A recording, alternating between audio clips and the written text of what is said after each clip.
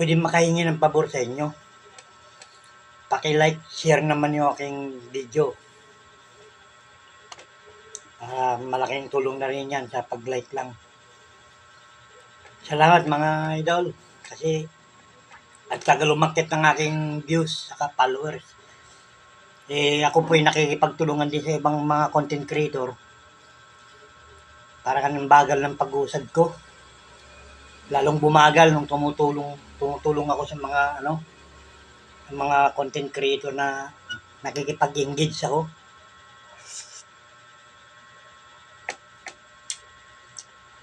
Kaya mas maganda guys, personal nyo na lang na i-follow at saka i-like. At wala ng comment. Ganon din eh.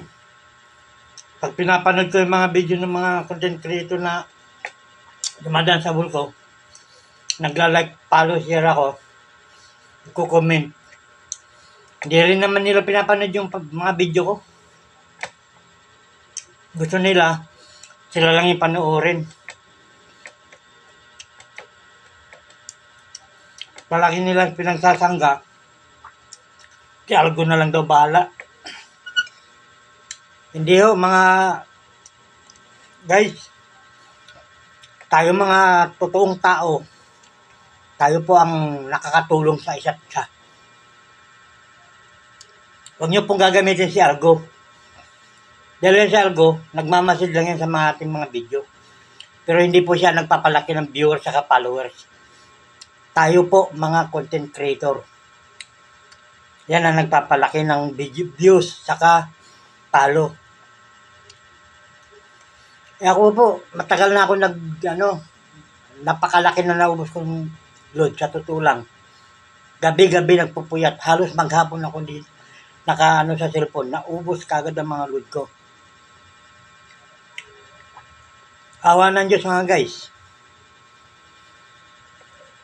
Hindi tumaas ang mga views ko, bumaba pa. Kahit anong gawin sa pakikipag-engage. Useless yung pag-engage na sinasabi nila guys. Huwag niyong paniwalaan. Sa totoo lang. Danas ko yan hanggang ngayon. Anong petsa ngayon? October 1, 2025. Bumaba na naman ng 300 yung views ko. Yan, tandaan nyo guys ha. October 1. Nung nakaraan buwan, karang linggo, ang views ko nasa 15,000 hanggang 14. Bumaba ng bumaba. Ngayon, 8,000 na lang guys. Mahigit. Kaya nga mga nagsasabi ng mga content creator na magbakas kayo. Useless yan guys. Katotoo lang. Hindi na ako maniniwala dyan sa kanila. Gabi-gabi ako nagpupuyat. Gabi-gabi ko alas na ubusan ng load. Pero ang views ko, bumababa. Nakikipag-engage ako. Isang gabi, nakikipag-engage ako mga nasa 400 katao.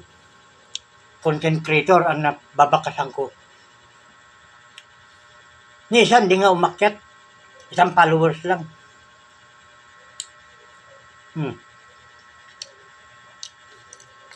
Huwag nilang sabihin na balang araw. Like kailan pa yun? Mag-iisang taon na ako nakikipag-engage.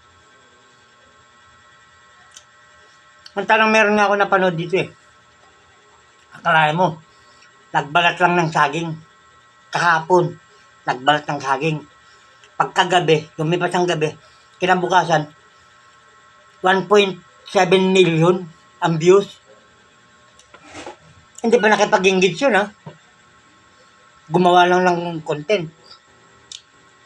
Sa totoo lang, tayo mga content creator, ang magtutulungan talaga. Panoorin nyo yung video ko. Pinapanood ko rin ng mga video nyo. Kahit i-search nyo pa sa followers nyo, nandyan ang mga pangalan ko. Kiniklik ko, pati yung notification bell. Pero yung mga binabakasan ko, sinasabi, nag-search ako sa mga followers ko, wala ako nakita. ng mga content creator ng mga taga-OFW, dapat panoorin din nila kahit wala ng comment na yan. Hindi naman importante yung comment eh. Kung talagang babakasan mo yung video ng isang content creator. Maraming naniniwala eh dahil siyempre pinapanood nyo eh. Kahit ako pinapanood ko eh. Oh. Di panoorin nyo rin yung video ko para maniwala kayo, maniwala ako na tumataas yung views ko. Pero sabihin nyo si Algo, huwag nyo gagamitin si Algo. Yan si Algo, nandyan lang yan sa system natin. Tayo ang pipindot sa palo. Yan, maniniwala ako. Totoo lang guys. Yun ang totoong pakikipag-engage na sinasabi nyo. Pag napanood nyo yung video ko, follow, share, like, okay na yun. Yung ibang mga content creator ng mga sikat, pagtsatsaga pa ba yung hanapin yung pangalan ko? Na, ay, nagbakas pala si Bong ganito, nagbakas sa akin, babakasan ko rin yan, papalo ko yan. Hindi ha. Kailangan, pag dumaan sa ulo mo, nakita mo, kahit di mo natapusin, i-follow mo na kagad, i-like, share mo. Yun ang totoong pakikipag-engage. Yung sasabihin mo, tapusin ang video, mag-iwan ng bakas. Yung isang content creator nga, sa isang gabi dumadaan sa wall ko, na-click ko na yung follow, notification bell. Mga 4 na scroll ko, siya na naman. Pag-click ko ng follow, nasa follow lang siya. Wala siya sa notification bell. I-click ko na naman yung notification bell. Tapos sabi niya, iwan daw ng bakas. Iniwan ako ng bakas. Oh, bakit? Hindi naman siya nag-follow sa akin. Ibig sabihin, sila lang may gustong i-follow natin. Kaya tayo mga baguhan sa larangan ng Facebook, ng Reels, lugi tayo. Sa totoo lang. Kung aantayin natin sila na yung mga sikat na content creator, antayin natin sila na yung binabakasan natin, malabo na magagantihan tayo.